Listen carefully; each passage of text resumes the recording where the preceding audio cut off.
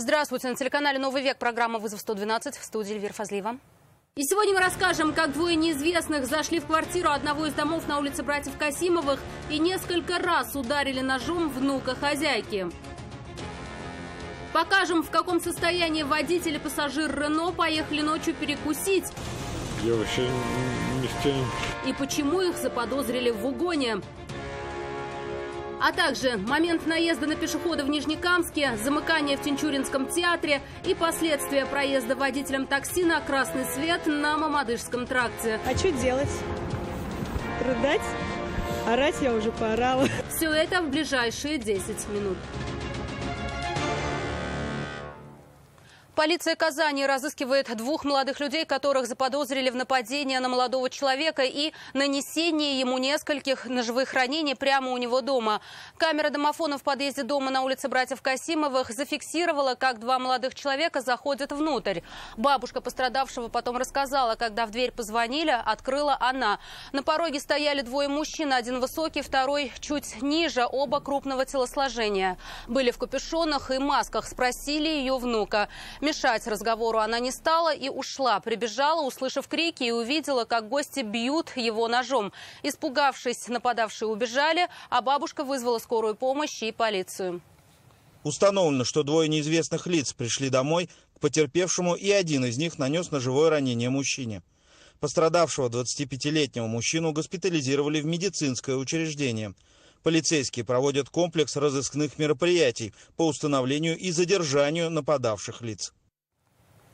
Сообщение о пожаре в театре Тинчурина поступило вечером в экстренные службы. Прибывшие на место пожарные выяснили, их помощь уже не нужна. С возгоранием сотрудники театра справились самостоятельно. После замыкания в электрощитке задымились провода. Люди не пострадали. По предварительной версии не потребовалась и эвакуация.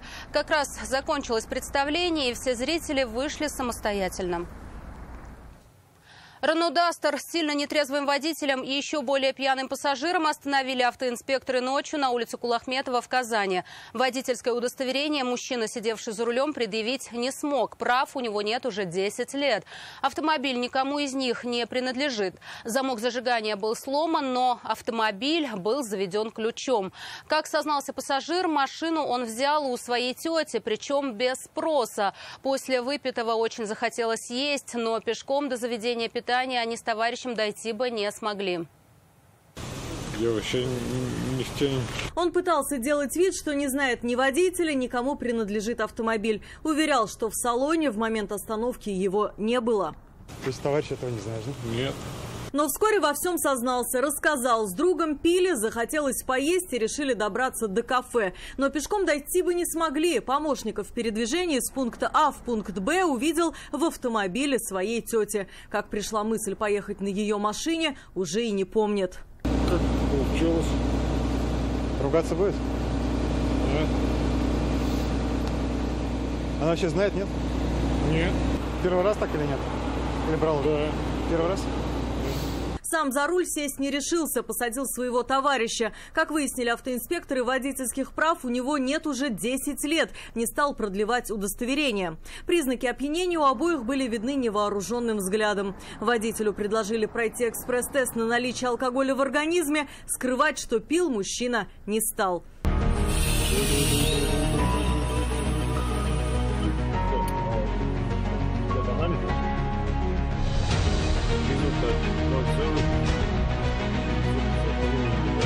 Несмотря на свое состояние, племянник владелицы Рено осознавал опасность затеи. И, как признался, во время поездки было страшно.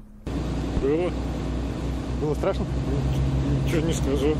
В отдел полиции доставили обоих. Водителю за управление автомобилем в нетрезвом состоянии и без прав грозит до 15 суток административного ареста или штраф 30 тысяч рублей, если по каким-либо причинам арестовать человека нельзя. Пассажира заподозрили в угоне. Хозяйка машины не знала, что ее Рено взяли без ведома, и был шанс, что, узнав о произошедшем, она может написать заявление в полицию. Алия Хайрудинова, Дарья Кореева, «Вызов 112». Черные стекла автомобиля вывели на чистую воду 20-летнего водителя Део Nexia. Его остановили в центре Казани на улице Пушкина именно из-за слишком черных передних окон. По нормам они должны пропускать 70% света. Окна этой машины пропускали всего 2. При разговоре с водителем автоинспекторы почувствовали исходящий от него запах спиртного и предложили молодому человеку пройти тест. Еще.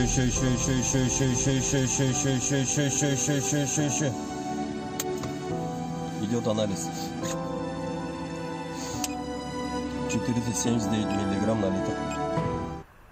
В отношении него составили административные материалы за вождение в нетрезвом виде, чрезмерную тонировку и отсутствие у водителя полиса ОСАГО. Теперь ему предстоит заплатить штрафы и превратиться в пешехода на срок до 2 лет. Всего за минувшие сутки автоинспекторы выявили 7 нетрезвых водителей. 4 от медицинского освидетельствования отказались. У 3 алкотестер подтвердил состояние опьянения.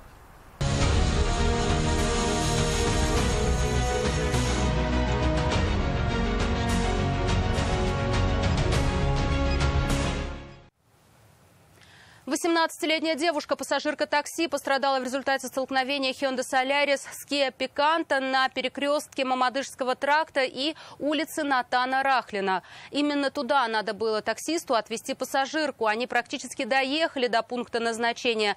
Но пересекать Мамадышский тракт водитель такси стал на красный свет. Удар в правый бок Hyundai, туда, где и сидела девушка, не заставил себя ждать. Красно проехал. Кто? Я. Зачем? Не засмотрелся в телефоне. Он сразу признал свою вину, рассказал, что ехал по Мамадышскому тракту, вез пассажирку на улицу Натана Рахлина. Я почти подоехали, вот было до места. Поздней ночью машин на дороге почти не было. 28-летний водитель Hyundai немного расслабился и отвлекся от дороги на телефон. К тому же, как признался, город он почти не знает. Я сам недавно приехал. Девушка, водитель Kia Picanto, сильно удивилась, когда прямо перед ней на перерез выехала Hyundai. Он ехал вот так, получается, а я прямо на зеленый. Я еще проверяю, смотрю, зеленый горит. Думаю, что он едет, торможу, все уже. А он тихонечко так крадется. Капец вообще. Ну, он хоть признал. Удар был сильный и пришелся как раз в сторону пассажирки такси. Ее с различными травмами госпитализировали прибывшие на место врачи скорой помощи. Девочки там, я не знаю, увезли на скорой или нет. Хотя и ничего, она вроде нормально. Kia после столкновения развернула на 180 градусов. У автомобиля сработали все подушки безопасности. Они и уберегли водителя от травм. Да, жива-здорова, повезло. Я не знаю, как так. Даже подушку не почувствовала. Вот замечательная корейская машина. Пострадала девушка, водитель Kia, говорит, морально и материально. Этот автомобиль она очень любила, но приходилось принимать реальность такой, какая она есть. А что делать? Рыдать? Орать я уже поорала. Все, эмоции закончились. Виновным в аварии будет признан водитель Hyundai. Именно он проехал на красный свет. Ущерб автоледи должна оплатить страховая компания. Страховка, уверяет таксист, у него в полном порядке. Пострадавшую девушку после осмотра и оказания всей необходимой помощи отпустили на амбулаторное лечение. В госпитализации она не нуждалась. Вероника Гайнудинова, Дарья Кореева, вызов 112. Водитель «Лады Гранта» в Нижнекамске сбил 26-летнюю девушку, которая переходила дорогу по всем правилам по пешеходному переходу. Остановиться перед зеброй водитель не успел и сбил ее на всей скорости. Момент происшествия был зафиксирован камерой видеонаблюдения. Пострадавшую с сотрясением головного мозга, ушибами плеча и голени госпитализировали прибывшие на место врачи скорой помощи.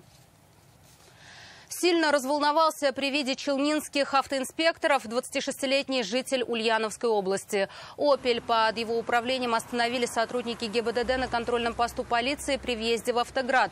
Поведение водителя инспекторам показалось странным и подозрительным. Поэтому и решили тщательно досмотреть как мужчину, так и автомобиль.